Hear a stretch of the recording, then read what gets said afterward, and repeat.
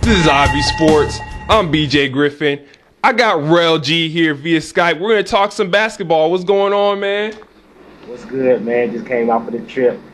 Saw the games. I was gone for a week. Saw the game for a whole week on the boat, and oh man, what a week in basketball. Period. Yeah, very exciting week. And I wanted to ask you about the Sunday series, the series that started on Sunday, and Chicago delivering the beatdown to Miami. Who do you have winning that series? With that series, I'm gonna still take Miami, only because I picked them to win the whole thing for the whole NBA. But Miami's gonna have to toughen up on defense. They're playing too soft because Chicago just made them look like for the 76ers out there, and they were just messing up plays. They guarded LeBron excellent, guarded D-Wade excellent. They play as a team, and I think that's what you have to do to beat Miami. But for Miami to beat Chicago, I think they're gonna have to come out that half-court offense and just go ahead and just make plays and make things happen. They need their teammates on this one. They can't just go to their superstars because Chicago's gonna close in on them, and it's just gonna be it. And Chicago will sweep if Miami continues to play like that. But I'm gonna still take Miami in 6. What about you? Cool, man. Yeah, I actually took Miami also. He's actually been going Miami since the beginning, since we made those playoff picks. He said that Miami is going to win the whole thing. So far, it's looking pretty good. Well, after game one, but so far as they made it, it's looked pretty good. And I agree with you on a lot of points there. With Chicago, I feel like Chicago's big men will have to be contained, and they're not gonna. If they can not produce, then Miami will be able to win. But if their big men keep playing the way that they're playing, then it's trouble for the Miami Heat. Right. So let's get into. Did you see Taj Gibson? Oh my God. The dunk on Dwayne Wade, that thing was so nasty. Let's look at the clip. No, we don't really have clips, but that thing was so sick. Y'all can YouTube that. I'm sure a lot of you, if y'all are watching this video and y'all are watching us talk basketball, y'all saw the Taj Gibson dunk on Dwayne Wade. So yeah, that thing. Contact, it seemed like he rose up some more after the contact with Wade and put it over him. And that was like the dunk that started off the game. But did you see the finishing dunk? The statement. I saw the statement, my friend. That was nasty too. He went in on these guys. He said he was ready to play. That's one thing I can say about the Bulls. They don't back down from anybody. When they play, they play. Their bench players play, their starters play, so they deserve to win that one. They made that one happen. That's why I said Miami's gonna have to step it up, or else the Bulls will sweep. Okay. So let's get into the topic of conversation for today: Mavs versus the Thunder. I want to know who you have, and I want to know why you have them. Mavs and Thunder. I was looking at these matchups the other day when from the beginning of the playoffs. I knew the Mavs were going to put out the Lakers. I picked the Mavs to put out the Lakers. I picked the Thunder to beat the Grizzlies. And now it's the Mavs and the Thunder. I have the Mavs winning in 5. Why do I have the Mavs winning in 5? For one, like I said, I've been talking about this for the Mavericks team since the beginning of the playoffs. Their bench is deep.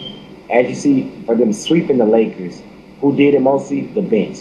Jason Terry comes out with an amazing performance, Game 4, tying a record of 9 threes, which he's been doing all season, shooting threes, making plays, making it happen. You got Page making plays in Game 3, and this is just Dirk doing his job as a starter, as a leader, making it happen.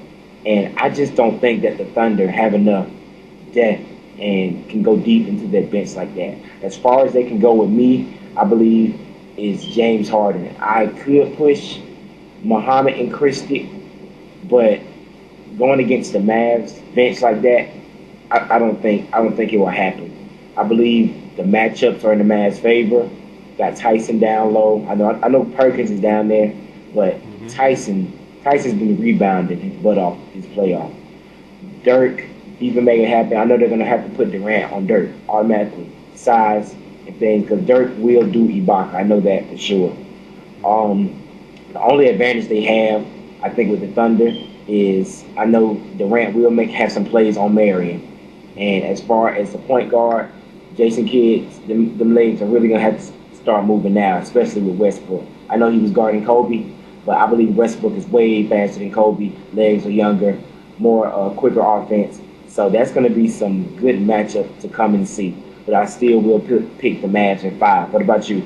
Okay, you hit on just about every point that I wanted to hit on, and some. I'm going to go with the Mavs in 6, and I'm going to go with the Mavs because the argument with the Thunder is awesome. We've said this multiple times. The Thunder don't have a third scorer beyond Russell Westbrook and Kevin Durant. That guy is usually James Harden, but it's not James Harden consistently, and their team isn't deep, and they certainly don't have the scores to match up with the Mavs. And I think that's a problem where the Thunder is weak. The Mavs are strong. The Mavs have scores, and they have scores coming off the bench also. Dirk Nowitzki, of course, the star power forward in that team. And then coming off the bench, you got Jason Terry, that's instant offense. You got Barea, and then you got Peja Stojakovic. All that firepower, the Thunder are not going to be able to match up with that kind of scoring.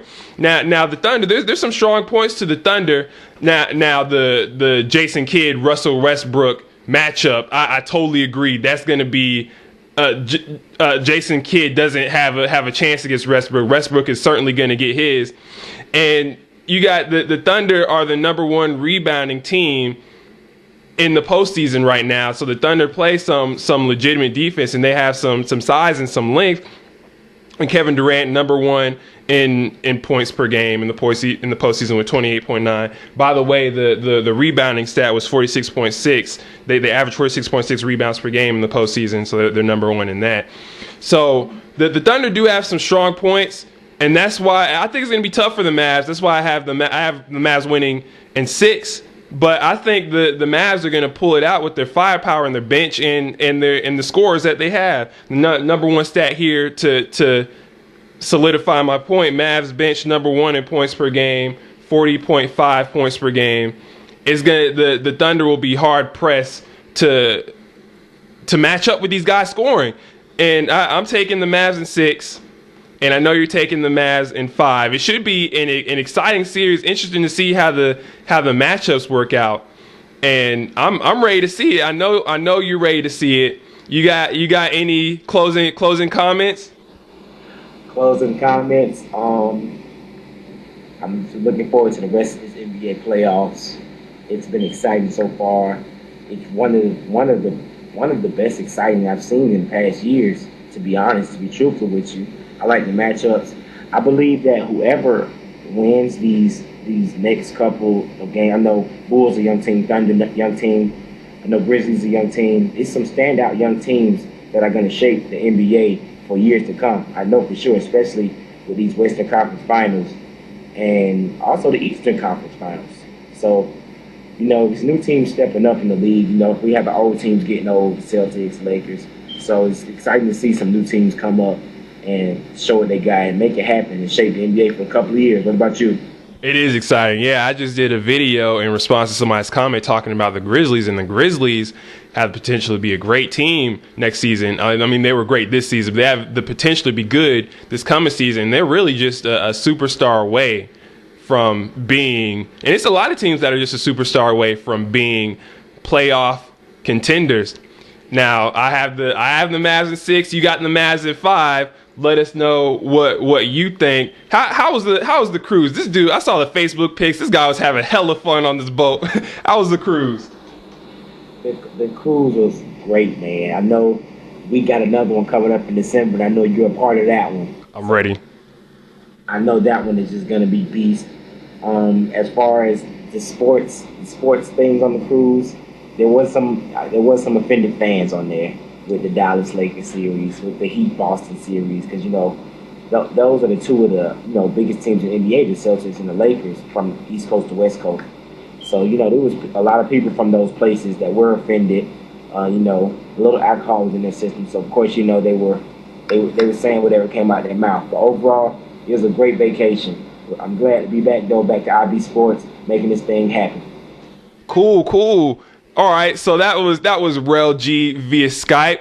Make sure to subscribe. Follow us on Twitter. Follow me and him on Twitter. You can find him on Twitter. I'm going to have it at the end of the video, as I always do, at twitter.com/RellG10.